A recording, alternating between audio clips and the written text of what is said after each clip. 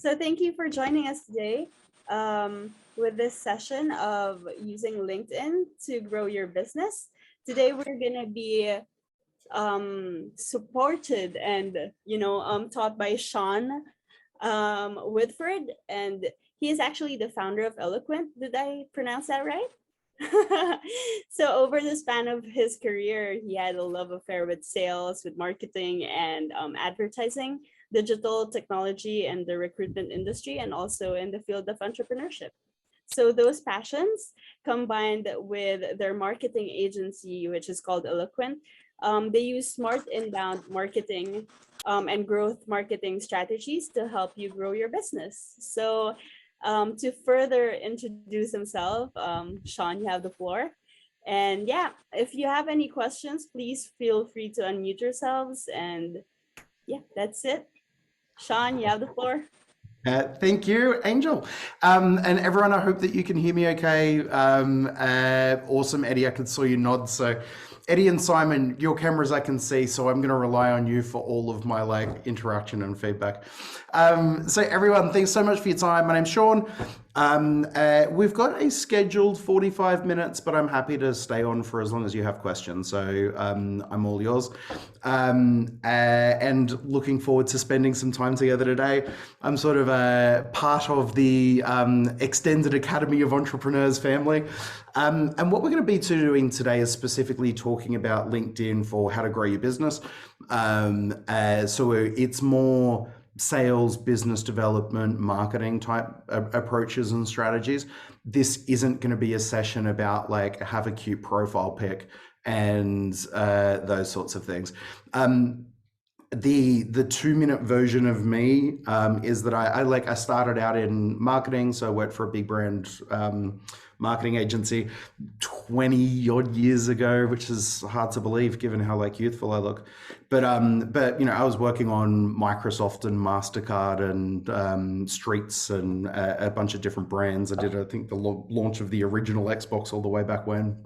But so worked in that area. I actually interviewed for a client-side marketing role at a recruitment agency, had something interviewed, advertised. I got to the interview and they convinced me I would make a wonderful recruiter, and somehow blinded me with money, and I ended up being in recruitment for about 6 years. But obviously that's where I was using LinkedIn a lot. And I then went to run the talent acquisition or hiring function for a business. And I was using LinkedIn to do all of their hiring. And this is for tech people. And this is a fair while back now. So LinkedIn was still in its infancy. And because I was such a nerd for it, I started training the sales team how to use LinkedIn for business development. I started rewriting all of the execs profiles and so I was the head of recruitment, but then I was doing all of this stuff. And then I started sitting down with our marketing manager, and she was running events in the IT space. I'm like, okay, well, let's get that thing filled, all right, with all of your attendees. And I was driving that. And so then she one day came to me and was like, hey, I've just been invited to this event. So LinkedIn is opening an office in Australia, and their new managing director, a guy called Cliff Rosenberg, is going to be speaking. You're kind of the LinkedIn nerd. Do you want to come along? And I was like, yeah, I do. So I went with Temi to that, happened to meet some people, and ended up being employee number 4 for LinkedIn Australia. So I worked at LinkedIn, was there for 6 years, went through key accounts and running stuff across Asia, and then leading one of the teams there, and then started a business. Basically, my current business, Eloquent, is about 5 or 6 years, and it's evolved a fair bit, but we do a lot of B2B and content marketing and those sorts of things, but we're doing a lot of work on LinkedIn. But that's why I get to talk to you about LinkedIn today, because I was a nerd for it, and then I had about 6 years as one of the first people there running the teams, and ran a lot of these sorts of things as well, which is good, right? That means as well, you can be as, today I'm going to be doing stuff in the platform. I'm going to show you the things that I would be doing if I was launching a business. So i.e., I have limited budget. So I'm going to be showing you a lot of those little hacks and things. Also, I'm conscious that I've got about 40 minutes to show you all of the, there's this infiniteness of things that you could be doing in there. So I'm going to give you some principles, if anyone's familiar with the concept of first principles.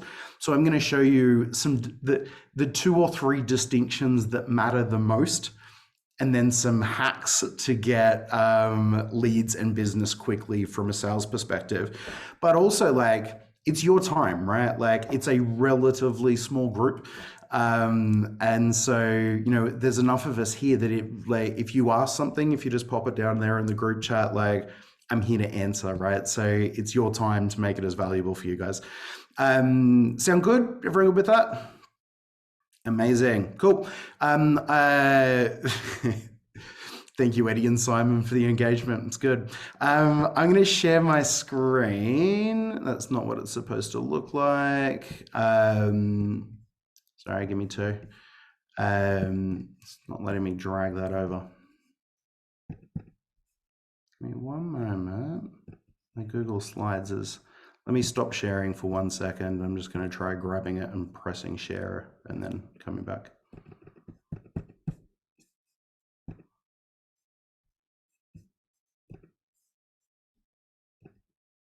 Otherwise, it's not good. Otherwise, I just won't show you the slides and I'll go straight to sharing my screen.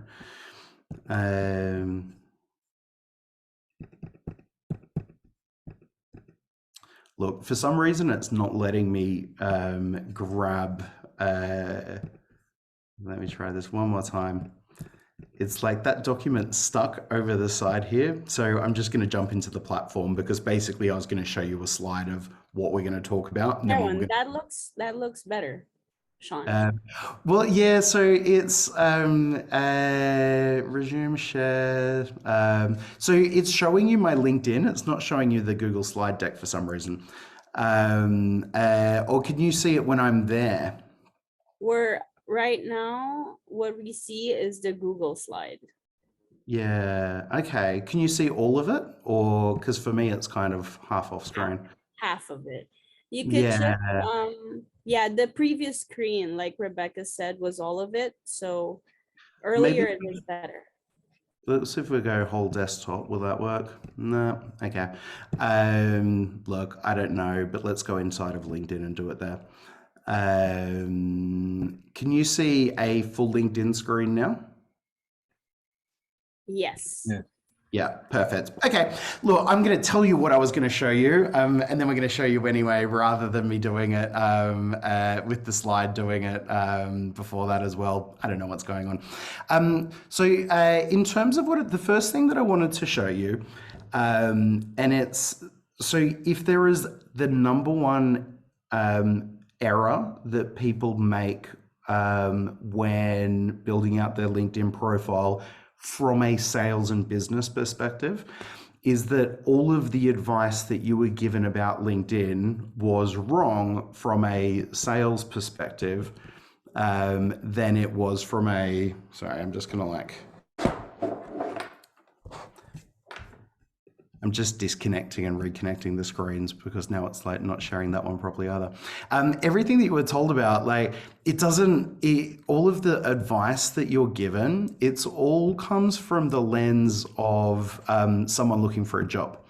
Yeah, so whenever you hear advice about do this on your LinkedIn profile, or you need to have this particular thing, or whatever it might be, the challenge with all of that advice is it's all based on someone that's looking for work, and it's not based on someone that's selling, right? And so there's a fundamental shift there's a difference in your profile, and that's like this fundamental base of the activity that you're carrying out on LinkedIn. And so I want to show you actually how that plays out. And one of the best things about LinkedIn, obviously being a public platform, is I can cheat a little bit. I think I've fixed the slides now as well. Can you see that now? Yeah. Yeah, perfect. I went and closed something and reopened it while we're off there. Right. So we're going to go through essentially your profile needs to be a sales page, not a resume. Yeah. So that's this first distinction that we need. Then I'm going to show you some ideas around content strategy in terms of how you can then use it to generate revenue. Then we're going to do three, everyone loves the idea of a hack. Here are the three best, fastest way to generate customers or clients or prospects on LinkedIn through events, through polls, and I'm going to show you a bit of a trick with audio. I'm going to run through some of the paid options there on LinkedIn, but like low cost paid options. But like as you're then looking to grow a business, some of the stuff that you need to consider there. I'm going to give you thoughts on automation. Like the platform's rife with automation, and there are pros and cons to it. So I will give you my thoughts, and I will share with you some of the things that you can use if you go down that route, but knowing that a lot of them are against LinkedIn's terms of service as well. So I was going to walk through these, but it's better to do it inside of LinkedIn because that's where you're going to be doing things as well. Can everyone see this screen that I've pulled up now as well? Yeah, cool. Awesome. All right, we're back in business. So LinkedIn's public, right? So we can go have a bit of a look and see what the experts and gurus and people who are charging a lot of money do. So this is Christine. She is in the top 1% of most viewed profiles. So am I. But like, she does a lot of LinkedIn training, right? And one of the great things that we can do on LinkedIn, saying stop share, one of the great things that we can do on LinkedIn is that we can go then reverse engineer a little bit from the top coaches who are going to charge you 10 or 15 grand. How do they do things, right? So with that mindset shift from resume to sales page, right, let's pay attention to some of the stuff that's happening on this profile. So, there's the old, Christine's got her profile pic there. She's done a customized banner, but you can see there, like, in my opinion, it's a little bit too busy and she's trying to squeeze too much in there, but you can customize banners. You can just jump into Canva. So in Canva for free, type LinkedIn profile and a whole bunch of banners with all of the sizings come up there. So there's a whole bunch of templates. It's really easy to customize. But the idea is, as you can see here, that essentially she's using a bit of a call to action there as well.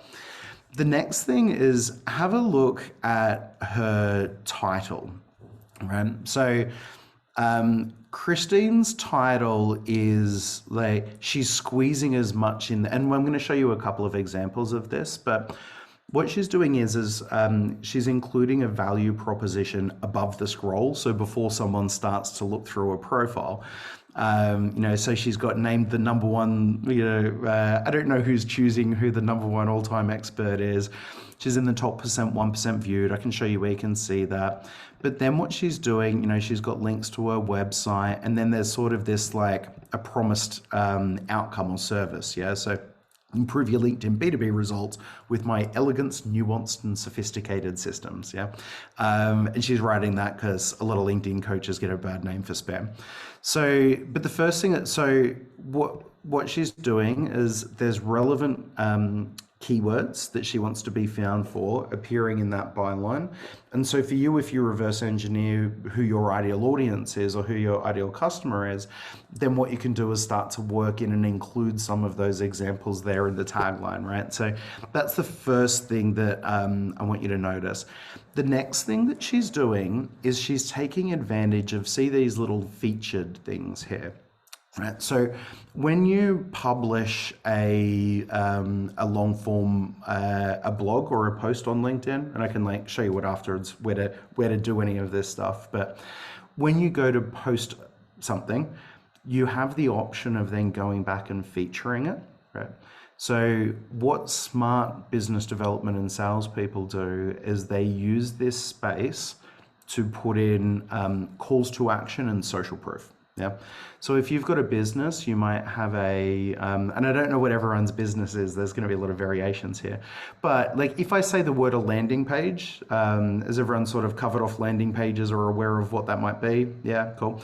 Right. There should be a link to your landing page with an offer here, right? So if you've got an offer of a free consultation, if you've got an ebook download, if you've got a lead magnet, if you've recorded an on-demand webinar, if you've done a podcast, right? What you can do is post a link to that, use the thumbnail, and then pin that to the top of your profile. Because now this is a sales page, right? So people coming here, they can find that call to action, they can click it, and then they're moving back into your marketing ecosystem. Typically, you can see here, these are scrollable, so you can put a bunch of these up here.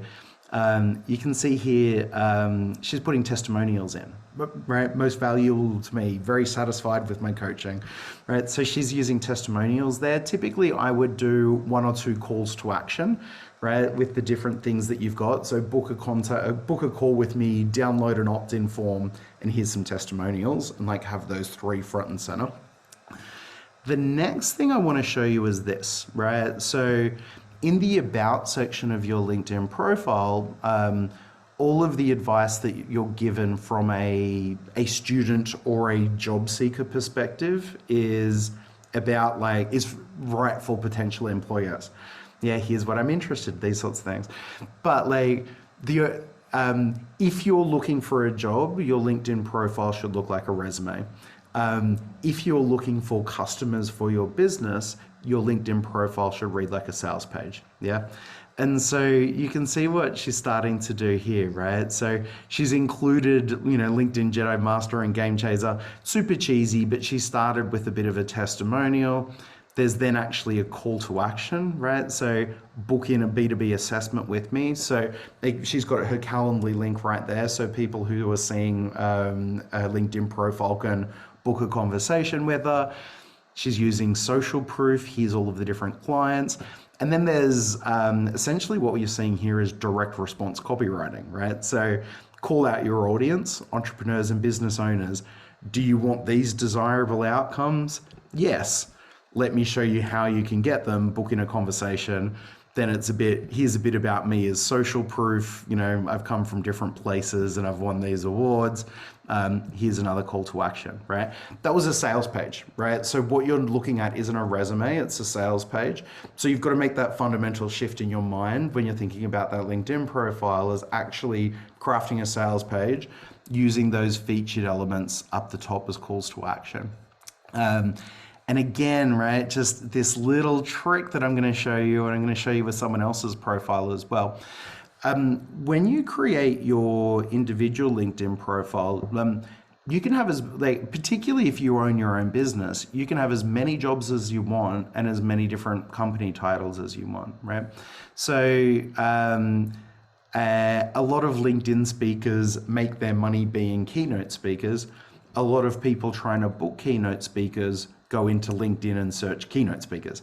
So by having keynote speaker in a experience on a current title, in an open job, and appearing there in the body copy, and she probably includes it a few times, she'll book speaking gigs, right? So what she's doing is she's creating jobs for the different terms that she wants to be found for.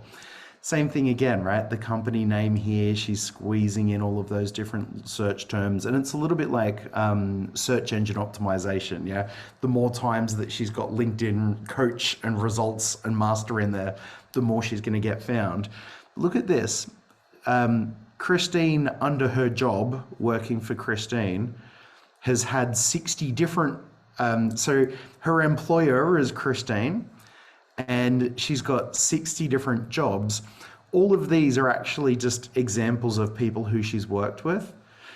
But if you think about from an SEO perspective, LinkedIn for this industry, LinkedIn for that industry, LinkedIn coaching, all those keywords that she wants to be found in for are repeated over and over and over 60 different times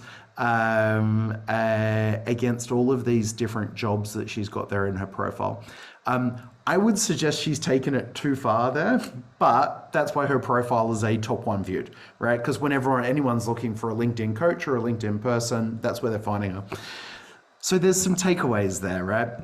First one is it's not a resume, it's a sales page. So structure it accordingly. You want a customized header that you can go create in Canva. Don't just write your job title in your job title. Include keywords and include an offer of value. Embed your calls to action in the featured sections. Embed your calls to action in the about sections. Embed your call to actions and all of your keywords in these different jobs and things that you've done as well. In fact, she's got here that she worked for LinkedIn. She didn't work for LinkedIn. She's just doing LinkedIn training and showing up to some listening tours and those sorts of things. See how I can expand this? 96 experiences. These are all of the different jobs that she's given herself at LinkedIn as well. It's all those same coaching clients.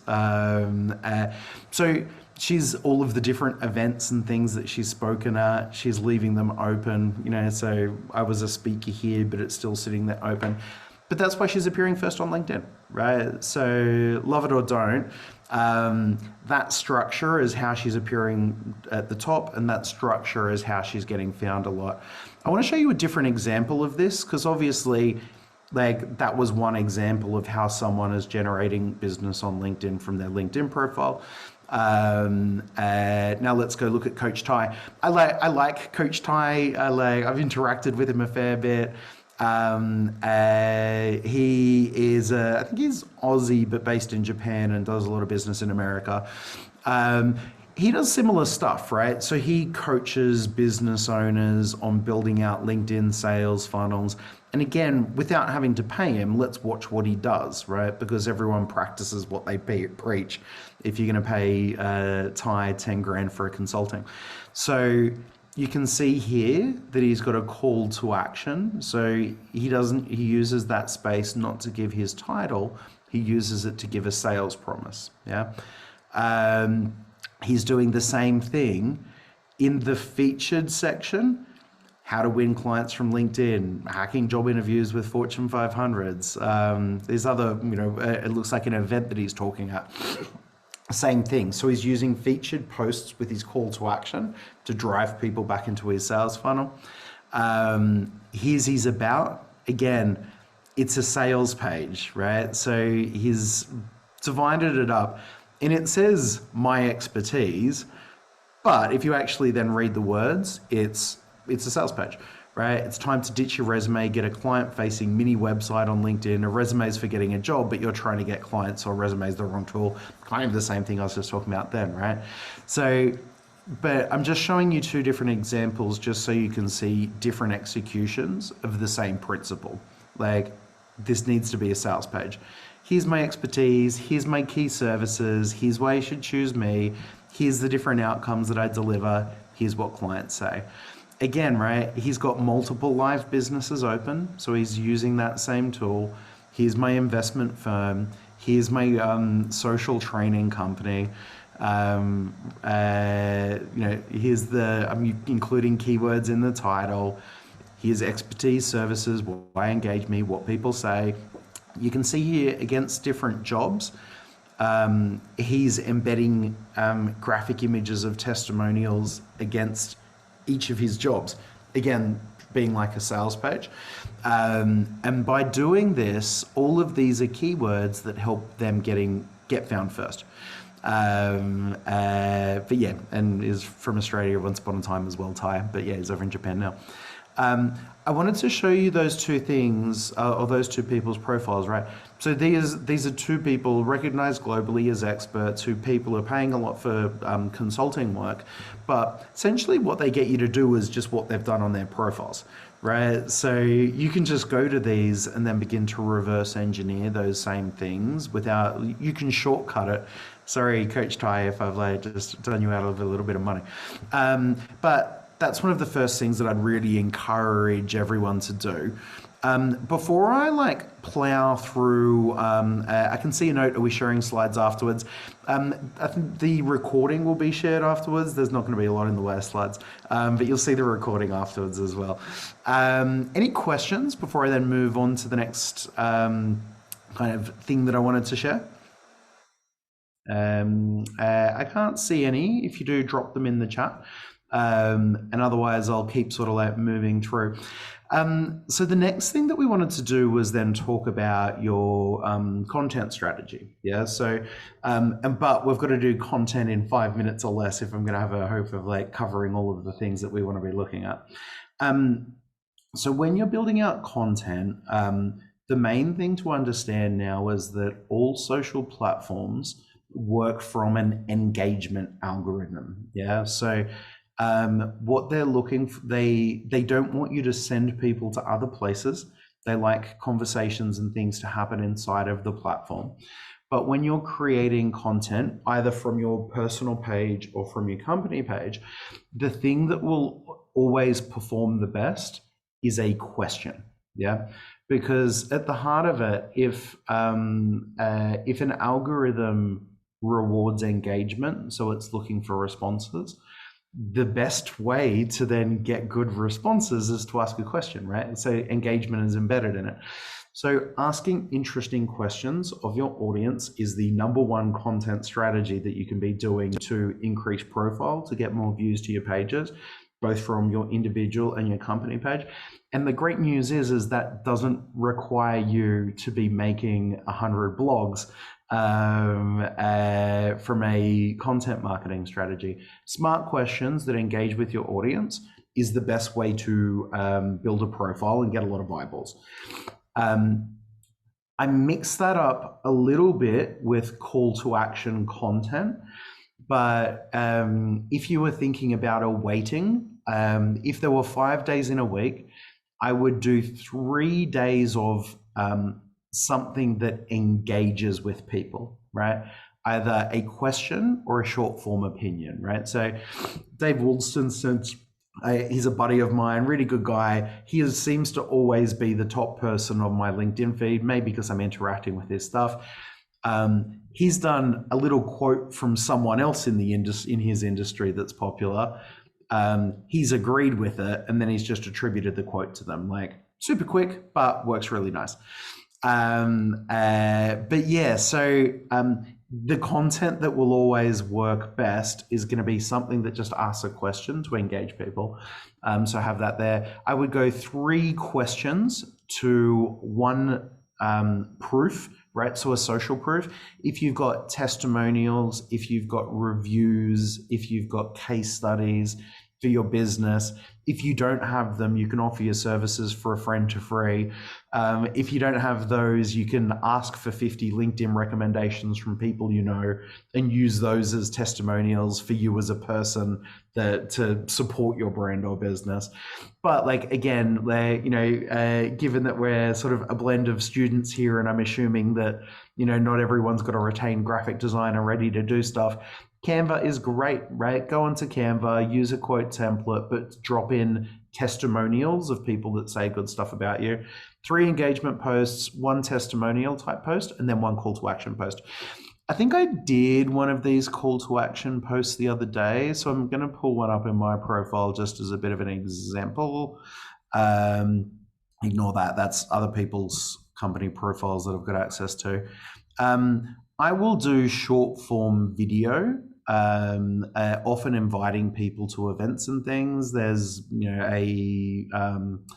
that's a link to the webinar. That thumbnail's broken, so I'll have to go fix that. But, that's another link to a webinar that we're hosting as well. What I wanted to show you in my activity, so you can see my activity here, posts. There you go. You can see here, like, nice little question. What piece of thing, what tech do you love that makes your job easier? Because my audience is marketers. Something that works really well from a call to action or content strategy is these kind of, we're recreating a carousel ad like you'd see on an Instagram or something, but we're doing it for free in Canva. What you can actually do is in Canva create a series of images and then download them and upload them here as a document. So this is a document post, but it's scrollable, right? So we can have times it's upgrade to, 5 signs it's time to upgrade your content marketing. What you're doing is inconsistent, it's lacking purpose, you got low engagement, limited distribution, it's uninspired, we can help. Here's a promise, here's a call to action, right? So, and then put in the relevant hashtags. I'm more showing you that for just if you're imagining this sequence of business development or engagement, 3 questions, 1 testimonial, and then 1 kind of self-serving, hey, buy my thing, right? Like, that's the right ratio and frequency for you to be successful on that. before I started talking, Angel had a question around like company pages versus personal pages. So on LinkedIn, you do have a company page versus an individual profile. Company pages, as at today, are pretty limited in terms of their functionality, so they can't do heaps. They're pretty static. They can't follow people, but they can now begin to. They can follow some hashtags and begin to respond or interact with those. But most of the activity that's going to be driving sales is going to be from an individual profile. For enterprise solutions, right, like running ads and things, I'll show you some of those options towards the end, but I'm showing you the free fast stuff that you can do now, rather than the stuff that you need a 10-20k budget for. But yeah, so I just wanted to show you that from a content strategy perspective, asking questions or have an opinion and then ask people if they agree. 3 parts of that. 1 part testimonial, 1 part call to action. For the call to action, you saw on that post that I was sharing there, it took up a lot of real estate on the newsfeed. Like it looks quite big when you do, so you can go into Canva, create a document that's A4, do like big slides on there, like big numbers and things. But then when you upload it on here, it becomes something that looks really nice and scrollable where you can then embed a call to action. Again, I'm going to pause, right? So, and I'm also probably going to go way over time. Any questions on that? Like when we're thinking about that quick approach to content, 3 engagement questions, call to action, proof. Does that make sense? Has anyone got questions on how that might flow through? If you're on Facebook Live, I can't see your questions, but just if you let Angel know, I'm sure she'll message me or drop them into the chat as well. So if you're watching there. I haven't had anything through, so I'm going to assume that everyone's okay with that. Yeah. Quick question. So in terms of content generation opinion, do you encourage, if there's a no photo, do you encourage a stock photo or just actually leave it out? So when you're talking about, whereabouts are you talking about using the stock photo? Let's say we create a opinion or questions on a daily basis. I think the question is around if we just have the copy, I think the real estate is relatively small, but if we insert an image, take relatively long space and be more eye-catching. Yeah. So yeah, I get where you're going. So stock images are okay, but you just you want to find the ones as least stocky as possible. The second thing is if you think about browsing behavior, like we're looking on a desktop, but more than 50% of the views are going to be on a mobile. So then as soon as it's small now, but as soon as you shrink it down onto that mobile device, gets really small. That's why we as a business are now skewing towards kind of what you just would have seen there, like on that activity one from me. See how it was mostly text? Because something that I didn't talk about at the beginning is we actually, I now own a neuromarketing business too, right? So we do a lot of people wear these hats that actually watch what's happening in their brain, and then we can get them to see different marketing stimuli and you can see what works and where the attention goes. Simple always wins, right? It's something that's because you need clarity for a message to land in such a messy world. And so as soon as there's a logo and an image and some text and all of the other mandatories that someone's trying to add, and really you've got 3 centimeters of real estate on a mobile phone, whenever we neuro test stuff, simple performs better. High text wins on clarity scores. If you're going to have a face, or if you get have the face reading the copy, because that massively boosts engagement. So if you've got the person looking at you, they look back. Whereas if you have the person reading the words on the page, that always works really well. This is just a little neuromarketing lesson. But yeah, so if you're going to do stock images, it's okay. Try to pick one that looks less stocky. but make them small, make the text clear, and ideally have the person look, if you've got a picture of a person, have them reading the text. And that always works well. But that's a really good question. The next thing I want to show you, right, and now I'm getting into the tricks and hacks portion, right? So how can we quickly start to generate business? And so let's say you've built out your profile and you're building out your connections. This is something that's relatively new, and so not a lot of people know that you can do it. But here in my LinkedIn profile, you can see here events. So you know, when someone's buying marketing services, and like we're not cheap, like, you know, we're north of 10 grand a month, and it's going to be a 12-month, you know, so it's a minimum usually 120 grand plus kind of sale, right? So they're not seeing a Facebook post and clicking buy now, right? So we've got a buyer journey, and so we find that we need to educate people. But it's like, then how do you find a cost-effective way of getting people into the top of that education funnel? We've been using events with a lot of success. This is my LinkedIn profile. So we're here now live. I can go to events, hit plus. Cover photo, upload a cover image. Canva's your friend, right? So Canva will have templates in there, so you can go pick one. I'm going to jump into one that I've made earlier, but basically to create an event, upload your cover image, say whether it's online or in person. Fill in those if you've got like a link to Zoom or Demio or whatever it's going to be. Give it a name. There you go. Let's build your content plan in. So we drive people to our events from multiple channels. So there's about 50 on here, but that was 50 from this LinkedIn event. But then we've got our email list and landing pages and ads, and we've got a bit of an Eventbrite strategy as well. But right, so we come up with an event. The event's going to be, let's build your content plan in 90 minutes. I do something like this, right? Educate everyone on how to build out your content plan, move all through it, we ideate things and go. And then at the end, I'm like, great, now you've got a content plan. Here's how we can help you create it, right? Now, like you've got all of that. And so we target then a certain type of people. So that's how we draw like the tie from education to purchase, by like promising a good outcome. But most people like just don't know that LinkedIn has that events function at all.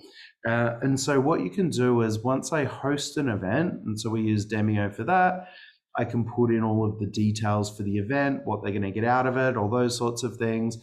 When manage attendees, because this event's passed, I can't invite people now. But essentially what I was able to do was, anyone that I'm connected with, I can now go invite them to this event, right? And so rather than, you've got all these people using automation platforms to spam everyone that they've ever connected with, and it's low value and it gets low response rates. Instead, host an event that's got value. You can bulk invite connections to events. So you can't bulk send stuff to your contacts, but you can bulk invite them to events. So you can invite a lot of people. But then for all of these people, right, like they become potential leads for me now. And as soon as enough of my connections have signed up, as soon as an event has traction, LinkedIn starts promoting it on like events that you might be interested in. So it sends emails to people on the events page it's got there. And how it recommends it to people is based on who's coming to the event, i.e., if I have lots of marketers in Australia coming to my event, it will show my event to lots of marketers in Australia. But then doing business development, it becomes easy in two ways, right? So you can see this little networking function. I can go message anyone that signed up for our event. Yeah, so any of the attendees. And so from a practical perspective, I can host the event and, and give a lot of value. And at the end, insert a commercial message for how we can help. But also, this is a list of, Stuart Chandler came to this event about how to build his content marketing plan because he was interested in building out his content marketing plan, which means he's probably doing content marketing this year, which means that they're probably a good lead for us. And in fact, like all of these people. So all of these attendees are all potential prospects for us. that I can then work my way through afterwards. And like, you can see that I'm not attended with Amy, but as an event attendee, I can go drop her a message right here. Yeah. It's a great way of doing business development. It feels really, you can invite people in bulk without them feeling like they've been invited in bulk. You can communicate, and this event was, I don't know, 3 weeks ago, but I can still go communicate with anyone there, and then I can invite them to future events. We've had so we would have done north of 7 figures in business from like just that strategy. Of like, you know, come up with an event, invite people via LinkedIn, at the end of the educational event, invite them to a conversation or a consultation, and then following up as well with the individuals that signed up there through their LinkedIn profiles. Super effective. And it's like, you saw how fast that was. Just like press that button, like make your banner from an existing template. You need to come up with some good content that's going to be interesting to your audience. So you've got that workload. But in terms of the mechanics of making it happen, it was really easy. It's really easy to, you know, just write the text into the about. It's really easy to group invite your connections. And then it's really easy to close the loop on return on investment by reaching out to them here as well. It's awesome. It works. It's making money. No one else is doing it. If you're growing your business, I highly recommend giving that one a try. The next one I wanted to show you, let me just refer back to my slide, is the poll hack, right? So we talked about content, and one of the best strategies is asking a question. You can create polls on LinkedIn. So see here, if I say create a post, and I've got different options, create a poll. It's Bobby. Bobby, you've asked me something and spoke, so I'm going to call you out a little bit. Do you have a business currently? I just want to use a live example of how like something could work for you, or are you here to learn, or have you got a business already?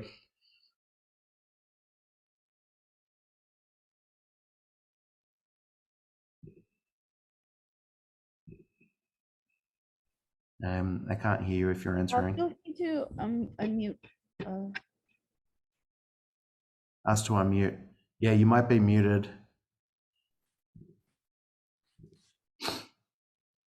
Oh, sorry. I saw it was Bobby. Oh, Eddie. I'm sorry. I said Bobby. It's Eddie. Sorry, I couldn't see your name on there from before. Eddie, have you got a business? Yeah. So I run a startup. Yeah. Run a startup. So where we're at is that we're trying to validate customers. Essentially, it's an app providing location ratings for property investors, real estate agents, buyer agents. Yeah, there's a few more other customer segments. So yeah. I think the question we will have is that what is your pain point when you select a location or when you're buying a property? Yep. I think to be a bit more specific will be the livability rating. The livability rating provide insight when you're buying a property. Perfect. Yeah. All right, cool. So like, and like, I'm going to riff, these aren't going to be perfect, right? Because I'm kind of making them up on the spot. But like, if I was thinking about that, so you've got an app and it, that's currently in validation stage, but it's going to, and I've seen the walk score before from like an app development perspective. Yeah, right. So we're talking about the livability of a suburb, right? And so like, if I was doing BD for that app once it was live, it might be as simple as, hey, like thinking back to when you chose your home, which of these things mattered the most? Like location to shops, location to school, location to this, location to whatever, you know, like proximity to family, whatever the thing is, right? You've got a little bit of insight from the response, right? So as people vote in there and they put in different things, sometimes they'll put in different comments, right? So you've got visibility into the response, which can help from a product validation point of view. but you can see everyone that's voted and what they said, and you can message them, right? So what you could then do, right, is run a poll, get your mates to go vote on it initially just to get it a little bit of engagement.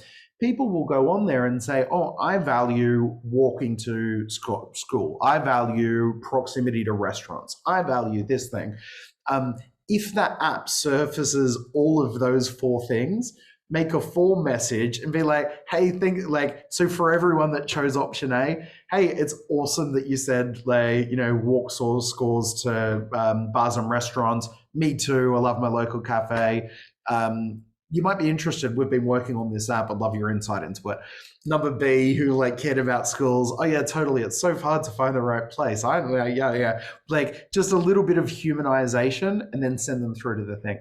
So what you can do is you can run a poll, people tell you what their pain point is, and then you follow up with those people based on their pain point, right? So again, it works incredibly well, right? And so I can go on and run a poll like, hey, we're a marketing agency. So looking at your 2022 marketing strategy, what's the hardest, right? Proving return on investment, getting your content strategy, solving the paid traffic puzzle, something else, right? And when they're proving ROI, it's then the poll runs and we actually then use the poll as another piece of content. Hey, people said this is the number one problem, here's how to fix it. So we turn it into a problem solution post for us as a content strategy, but I'll follow up the voters, right? So hey, I saw that you were struggling improving the ROI from marketing. Often that's can be a function of your marketing tech stack. We work with HubSpot a lot and some other things. If that's going to help, love to have a conversation. Hey, I noticed that you've responded that video marketing was actually going to be the hardest thing for you this year. We've actually got a studio, if you're interested, right? So we can run that poll and then I can tailor a follow-up message to all of the respondees of the poll. And I get some customer insight too. So in fact, given that you said you're at validation phase, polls work great for validation and it's great for follow-up, and you can tailor the follow-up and it feels so much less salesy, right? It's so easy to follow up someone because they said something was hard for them and just go, oh, cool. I noticed that you responded that. You might be interested in this. We help solve that.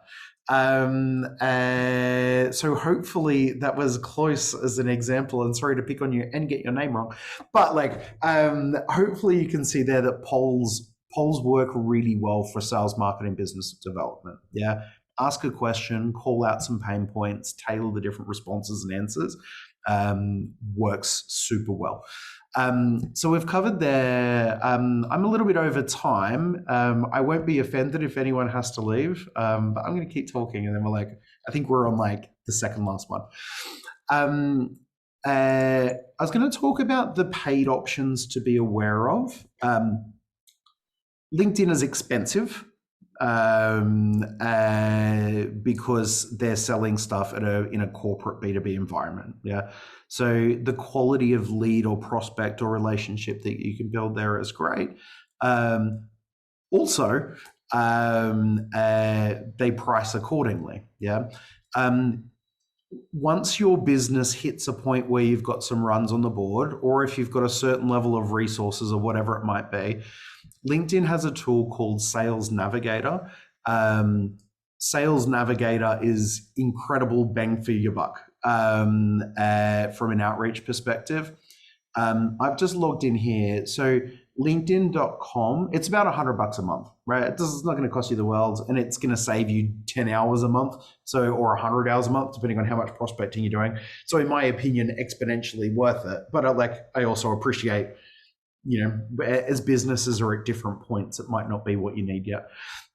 You can go in here, you can build priority accounts for different companies that you want to speak to. You can build priority lists of people that you'd like to speak to. Doesn't matter if you're connected to the person or the company. You start to get these personalized news feeds. If I've got a group of 50 or 100 customers that are my dream 100, I can see everything that they're doing, so I can go and interact with them, right? These people are on my outreach list and here's their stuff. and I can go see it and find it and respond to it.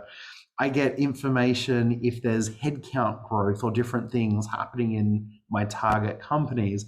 I can go drill down on decision makers that live at those businesses. I can create account lists, and you can create like really in-depth account lists. I'm just giving a bit of insight into our business. We work with a few industry associations, so like the Institute of Project Management and Institute of Procurement and Supply Chain, and the Australian ACS, the Computer Society. I think I'd say IPM. Yeah. So with all these industry bodies, we're like, well, we've got great case studies for these ones. We should get more of them, right? So I can come in here. I can say, I'm going to make a list of account lists. So here's 700 different industry bodies that I made out a little bit of a map of. There's the ones that have had leadership changes. An early sales mentor said to me, one of the best pieces of advice is change has a budget, right? So whenever there's change in a company, usually there's money to solve said change. And so, a new decision maker usually means like new purchases and new suppliers. I can go here and see Actuaries Australia was one of the ones that had leadership changes, and it's actually showing me, right? Like, here's this key different group of people, and like, here's a non-executive director or the CFO or whatever it might be. And I can go and filter by job functions. So if I want someone in marketing, I can go find someone in marketing. Right. So there's, Emma Jade, and she's the GM of marketing, and I can go see her LinkedIn profile. And then with the LinkedIn Sales Navigator, you get in-mails. So, on LinkedIn, you can only send messages to people you're connected with. And so usually you're sending an invitation to someone that you don't. In-mails give you the ability to send a proper email to someone that you're not connected with. You get a limited number per month so people don't spam.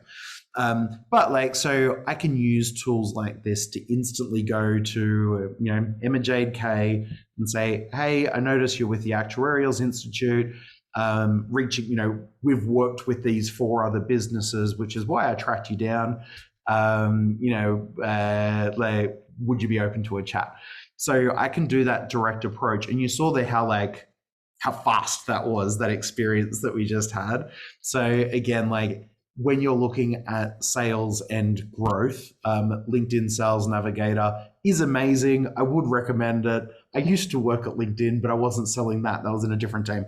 But that's the thing that I use the most of LinkedIn paid tools. The only other thing that I'll tell you about, but it comes later, right? So always on slot number 2, and so this is more as your business grows and you take off your individual sales hat off and you put your scalable marketing hat on. This is my news feed. Position number 1 is usually something interesting or something from someone I've interacted with recently. Position number 2 is an ad. And you didn't know before that position number 2 was an ad, but position number 2 is always an ad. Right? So Excello is a software for marketing agencies that does analytics, book it to a sign up. They're running a thing called a LinkedIn lead generation ad, right? So there's lots of different types of ads on LinkedIn, but the one most likely to drive a return on investment the fastest is a LinkedIn lead gen ad. So Excello will be saying, hey, Sean is the director of a marketing agency of a certain size. They're willing to pay $8 for me to press that sign up button. Sorry, Excello, but this is a LinkedIn lead generation form. So it's like, hey, we'll organize a demo, pop in your business email. It pre-populates with all of the other details from my LinkedIn profile. Here, go. So they work well as a when you've got an opt-in or an offer, download a white paper, book a consultation, all those sorts of things. You buy them on a cost per click basis. So Excello paid when I press click sign up, but that's how you pay. And then the form is automatically filled in. Yeah.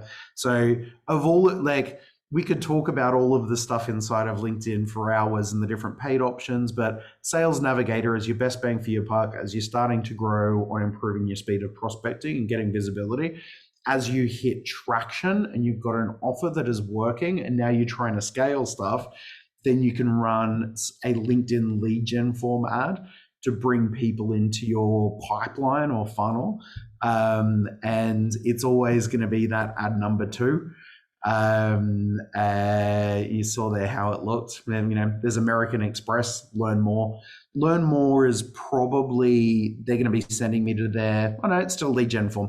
So they're starting to run lead gen forms, and maybe they're running that to business owners and what's reformat. There's Commonwealth Bank, Learn More, right? Ad unit 2, like spot 2 on the news feed is an ad. You can build calls to action there, but you can target them based on anything LinkedIn knows. So title, industry, company size, company name, industry function, job function, all of those different elements. So they're super effective, but they're expensive. So you're probably going to be paying $100 as a cost per lead, $10 per click. But then unfortunately, 15% of people who get to that lead gen form fill it in at the end. So a lot of them don't flow through. So, but $100 cost per lead is great if you're selling 100 grand worth of marketing, but not if you're selling a $2 a month app, right? So it just depends on whether it's going to be the right thing for you, that paid approach. The last thing that I was going to talk about for anyone that's still here and paying attention is just automation. So there are a ton of automation tools on LinkedIn. It's really tempting to use them, because it's just this prompt, so you can set up an automation tool, and each day it will connect with another 50 people, and each day it will wait 5 days and send them a follow-up message. And you've probably been on the receiving end of some of these, and I certainly, as a business owner, will get like 5 or 6 a day, right? So is Alina. So I connect with Alina, and a month ago it automatically sends this spam email, and then 3 months later it sends that. And is Vanessa's one that's like, in fact, no, she's a prospect. Here's an email from someone that's again automated. There's a lot of these that you can get through automation. The top tools that people are using, one is called Linked Helper, and then the other is called Octopus CRM. So they're the two. They're cheap. They're like $10 a month, and you can set your LinkedIn profile to connect and spam to your heart's delight until the platform finds out and bans your profile. My take on them is, first of all, if you don't have a strong profile that's more of a sales message, and you don't have something really good doing outreach, you're just amplifying a bad message at scale. So like, until those things are working, like, don't try amplifying a message until the message is already converting. Second is that some of those things that I showed you, creating an event, creating a poll, because they're an inclusion rather than an interruption. Yeah, so rather than spamming someone saying, hey, do you want to buy this? It's they're participating with something in the news feed, or you're inviting them, they've been invited to an event. The sales is happening as a follow-up from that. Feels so much more natural, right? And converts better, because all of us instantly have our guard up when someone tries to sell us something. It's like when you walk past the person on the street that's collecting money for whatever charity, and you desperately try not to make eye contact, right? Like that's what a lot of those emails feel like, as we're sending them at scale to our audience. But whereas doing something inclusive, participate in a poll, actually, if you've got that problem, we can help, works way better. So there are automation tools. They can work. LinkedIn Helper and Octopus CRM are the two.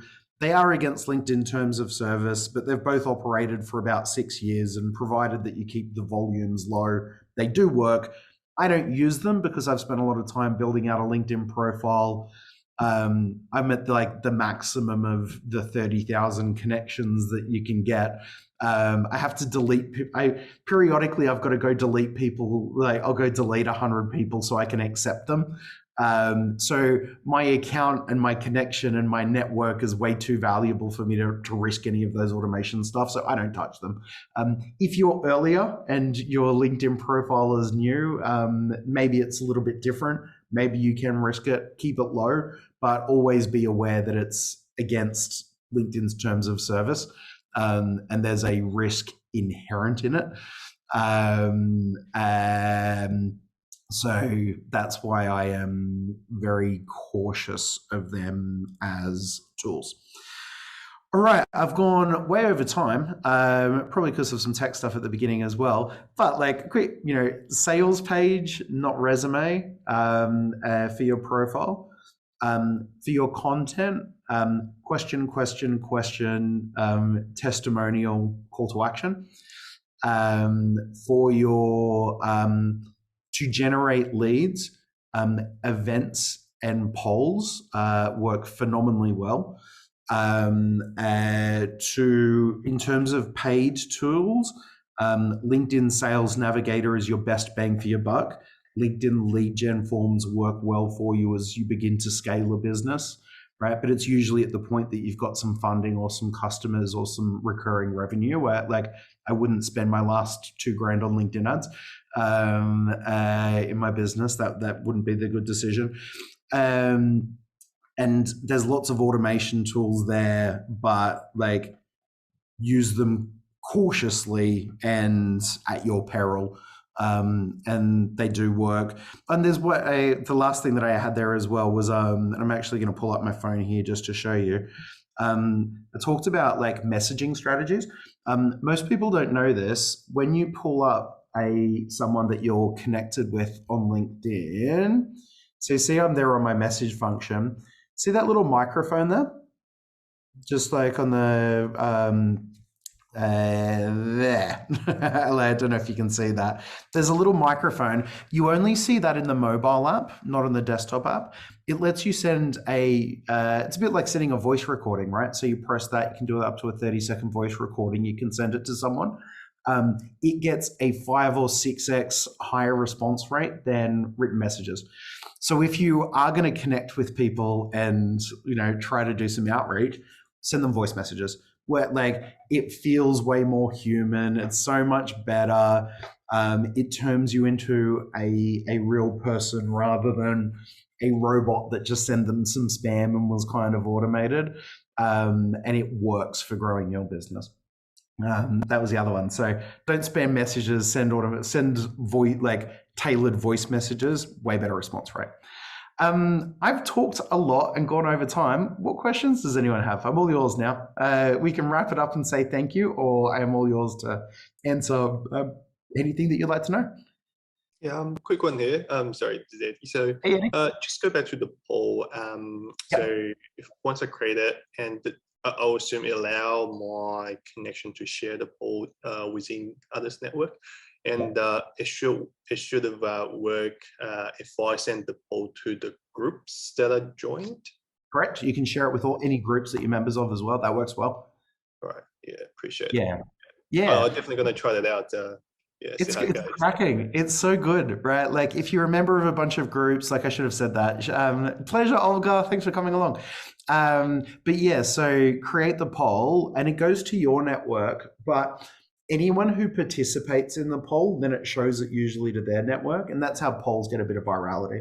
And if you've got an email list as well, I email our list a link to the poll, and hey, I would love your 2-second opinion. We're doing a poll over on LinkedIn on like the hardest bit about marketing this year. Love your thoughts, right? So that's what it is for me for marketing. We're doing a quick poll on, property location choices. It's going to take 2 seconds, but you might learn something about what matters most to people when they're choosing somewhere, right? So super quick email, hyperlink it up, they go there. The reason for that isn't necessarily that you need to activate that lead who you have on your email list, although it's a nice piece of content. But again, going back to every person that votes on it is more people that it's going to go into their streams, and then it's sort of like it compounds, right? So if you can get the first 50 votes, there's every chance you'll get 1,000, right? Is the right way to put it.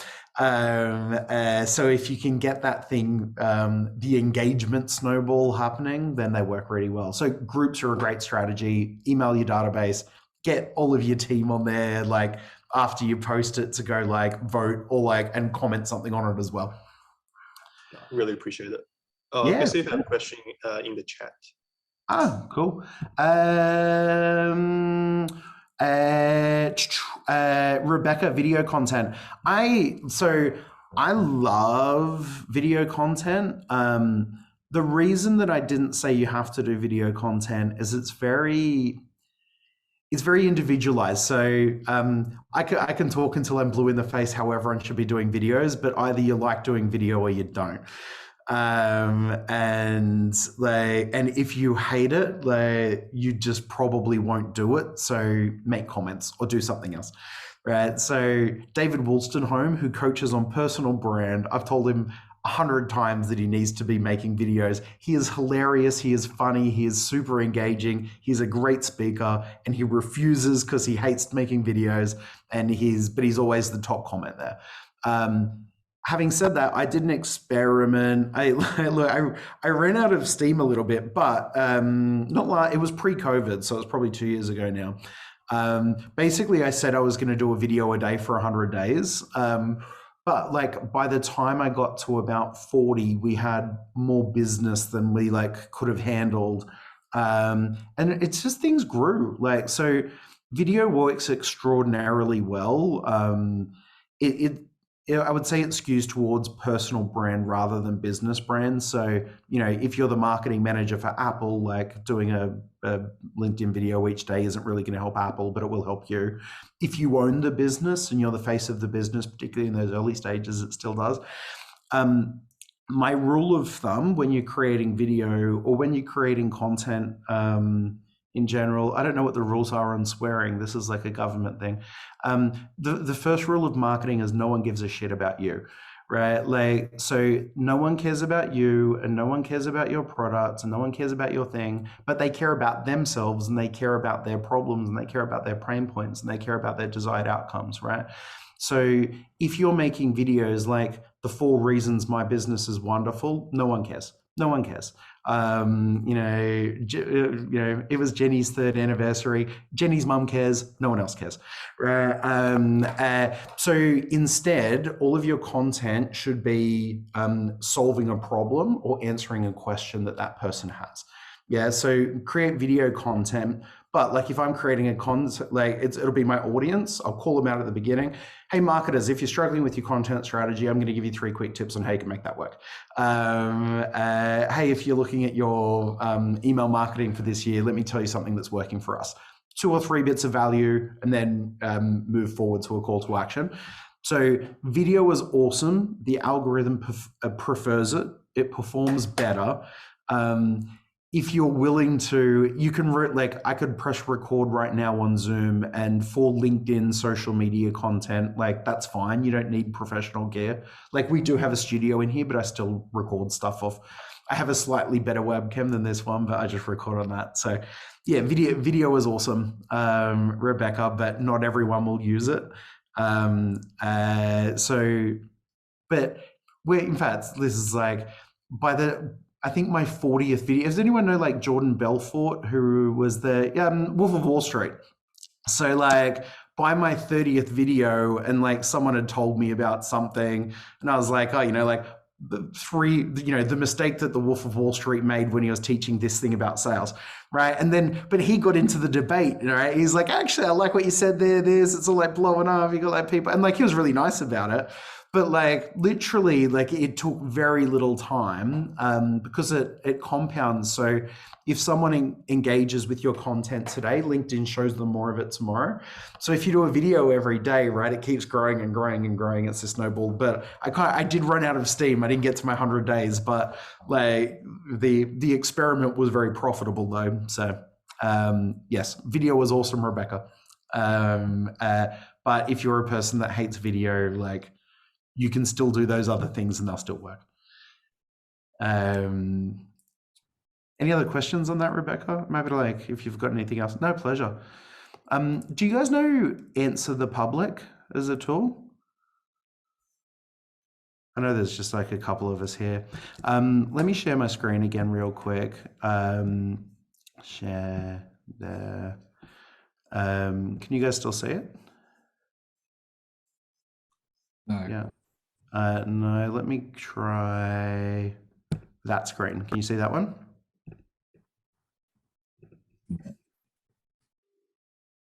Are you seeing like a guy from FinExcel's LinkedIn profile? No, just some type that says your name. You've started screen sharing. Stop share. I'll try again. If it doesn't work, I'll just tell you, but it's something that's easier seen. I'll try one more time. Yeah. How about, no? Nah, all right. Try at home. So there's a website called answerthepublic.com. So answerthepublic.com.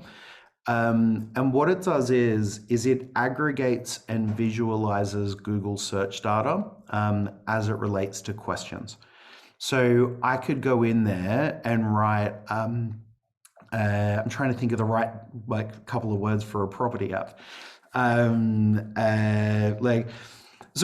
done this for a buyer's agent for commercial property, right? And I can go in there and go property development.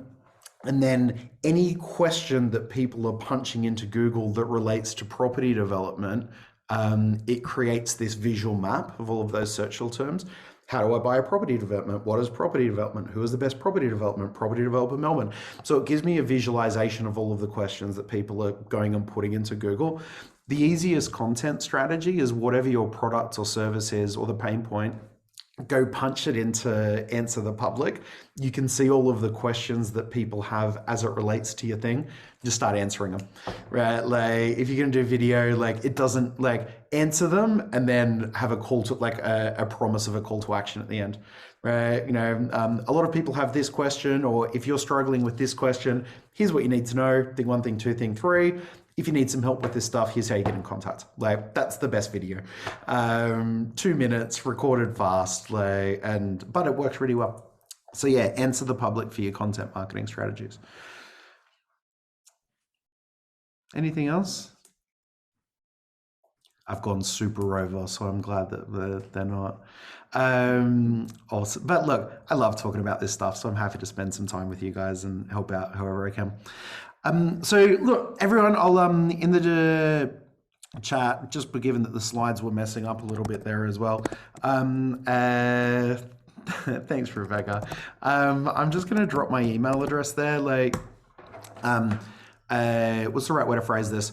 I'm absolutely not trying to sell anyone anything. I'm here for Paula, and you guys are not a target client for me.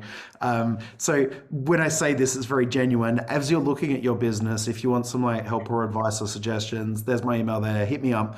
We only work with companies of a certain turnover, right? It's because they can afford us. But totally, I love that you guys are studying entrepreneurship. I love that you're validating businesses. I love that you're getting started at stuff. So I love people in that space. You all energize me.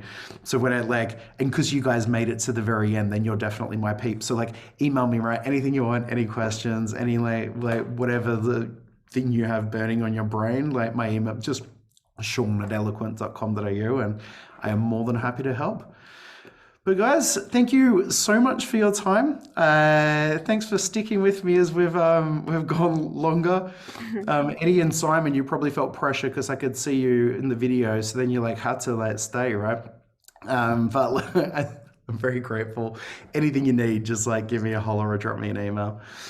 Thank you very much, Sean, for your time, and thank you everybody for joining us this afternoon, morning, or whatever time it is, wherever you are. Thanks, everyone. And the offer's there. If you want to have a chat, just let me know. Right. Thanks, everyone. Thank you. Thank you so much, Sean.